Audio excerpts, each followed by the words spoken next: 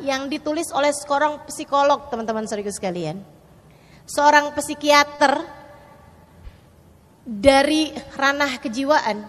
Katanya dibilang kayak begini, jangan menidurkan masalah. Kalau kamu lagi punya masalah, kalau kamu lagi kesel, kalau kamu lagi marah, jangan kamu bawa tidur. Kenapa gitu? Kadang kan kita kalau lagi marah tuh udah bawa tidur aja, besok lupa. Kan begitu? Kita kalau lagi kesel-kesel sama anak, kesel sama suami gitu, udah gak apa-apa tidur aja deh, nanti besok juga lupa gitu. Karena dia bilang, keadaan hati kamu tuh marah, kamu kesel, kamu tuh gak beneran hilang. Sebenarnya dia tertimbun di alam bawah sadar. Dan itu akan menjadi memori yang menumpuk terus sampai kalau kamu panjang umur di atas usia 50 tahun, di atas usia 60 tahun, si memori tersebut akan terus datang dalam hidupmu berupa kilasan-kilasan yang membuatmu jadi suka sedih-sedih sendiri tanpa ada sebab yang jelas. Coba nih yang umurnya udah 50 tahun, 60 tahun, coba diinget-inget. Pernah gak kadang sedih-sedih sendiri gitu, gak ada sebab yang jelas? Itu lama-lama kalau dibiarin bisa agak oleng. Dalam istilah sekarang namanya error. Hang, gitu ya. Agak ngeheng tuh nanti jatuhnya. Ya Allah, teman-teman saya sekalian, rupa-rupanya Nabi Muhammad tuh pesen, kamu kalau ada masalah sama suamimu, kalau lagi ada apapun yang membuat hatimu kesel, jangan dibiarin kamu bawa tidur. Aku kesian sama kamu kalau masa tua kamu penuh dengan kesedihan. Ayo selesaiin masalah kamu. Karena teman-teman jujur aja, gara-gara hadis itu, saya kalau lagi ada masalah sama suami, emang ada ustazah? Kan ustazah. Ya ustazah juga orang. Emang kamu pikir kalau jadi ustazah kagak pernah ada masalah gitu sama suaminya? Kamu gak tahu aja. Setannya ustazah tuh lebih gede. Karena setannya ustazah tuh juga ustazah. Di dunia persetanan. Teman-teman saudaraku sekalian, jadi ini ya, gara-gara hadis ini, saya kalau ada masalah sama suami apapun, saya berusaha untuk tidak memalamkan masalah tersebut. Sekesel-keselnya saya sama dia, saya akan minta maaf walaupun dengan maafin ya. Main punggung-punggungan sekalipun, tapi saya akan minta maaf sama dia. Maaf, yang tadi itu saya minta maaf.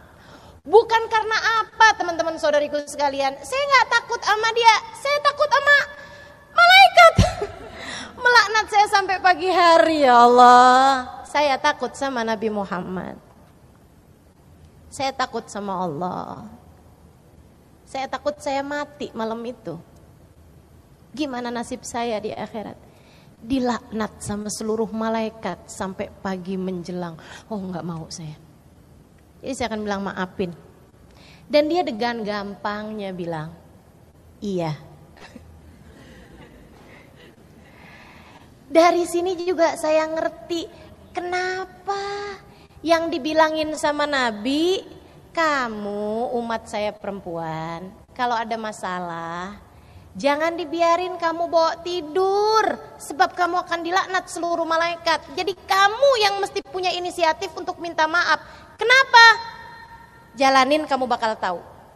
Saya gitu, saya jalanin dan saya tahu. Kenapa yang disuruh minta maaf, yang disuruh memperbaiki hubungan? Perempuannya gitu. Dengan Nabi nakutin dilaknat loh kamu sama malaikat sampai pagi hari. Kenapa? Karena saudaraku sekalian saya muliakan, laki-laki mudah memaafkan. Begitu kamu bilang, maafin ya, dengan gampang dia bilang, iya. Gampang bener. Bayangin kalau dibalik.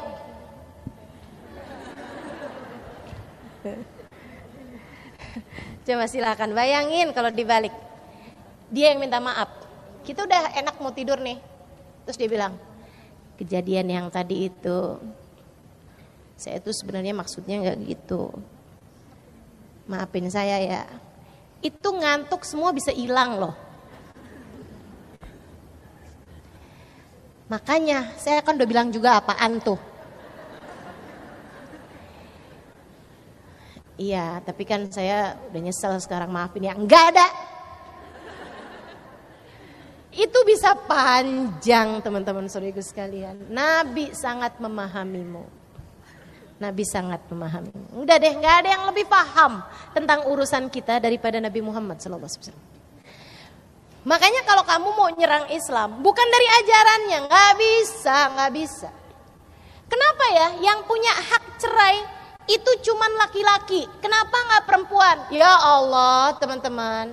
Kalau perempuan punya hak boleh menceraikan suami, nggak 3 batasannya, bisa 1000.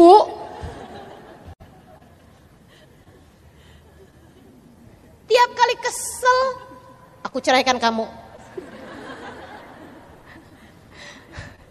Tiap kali pegel sama suami urusan kita ngecat tembok enaknya warna apa ya? Jangan pulang sekarang. Betul begitu. Udah deh, gak ada yang lebih ngerti kita daripada Nabi Muhammad.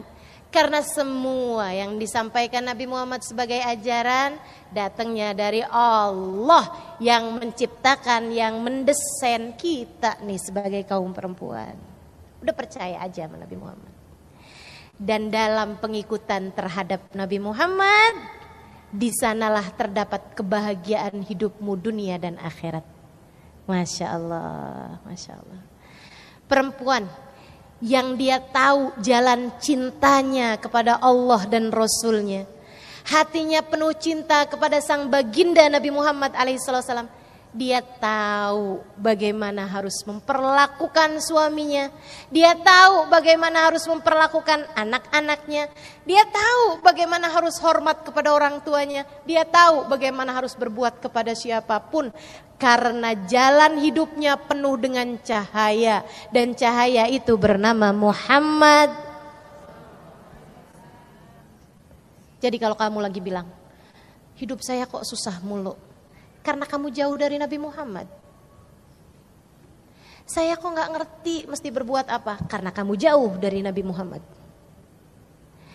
Saya kok hati saya susah banget mau saya atur.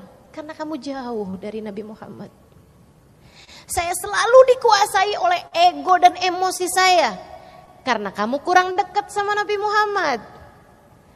Kamu dekat sama Nabi Muhammad, nurun lakum, kata Nabi Muhammad, aku cahaya bagimu. Aku cahaya bagimu. Anta syamsun, anta badrun, anta nurun, fauqa nuri. Sahabat paham, makanya begitu Nabi Muhammad datang mereka bilang tola al badru alaina. Purnamanya sudah terbit di atas kita. Kita nggak akan tersesat jalan lagi. Kita nggak akan salah-salah lagi membuat keputusan. Karena jalannya sekarang sudah terang. Karena jalannya sekarang sudah terang. Sudah ada cahayanya bernama Muhammad. Enak bener jadi umat Nabi Muhammad. Alhamdulillah.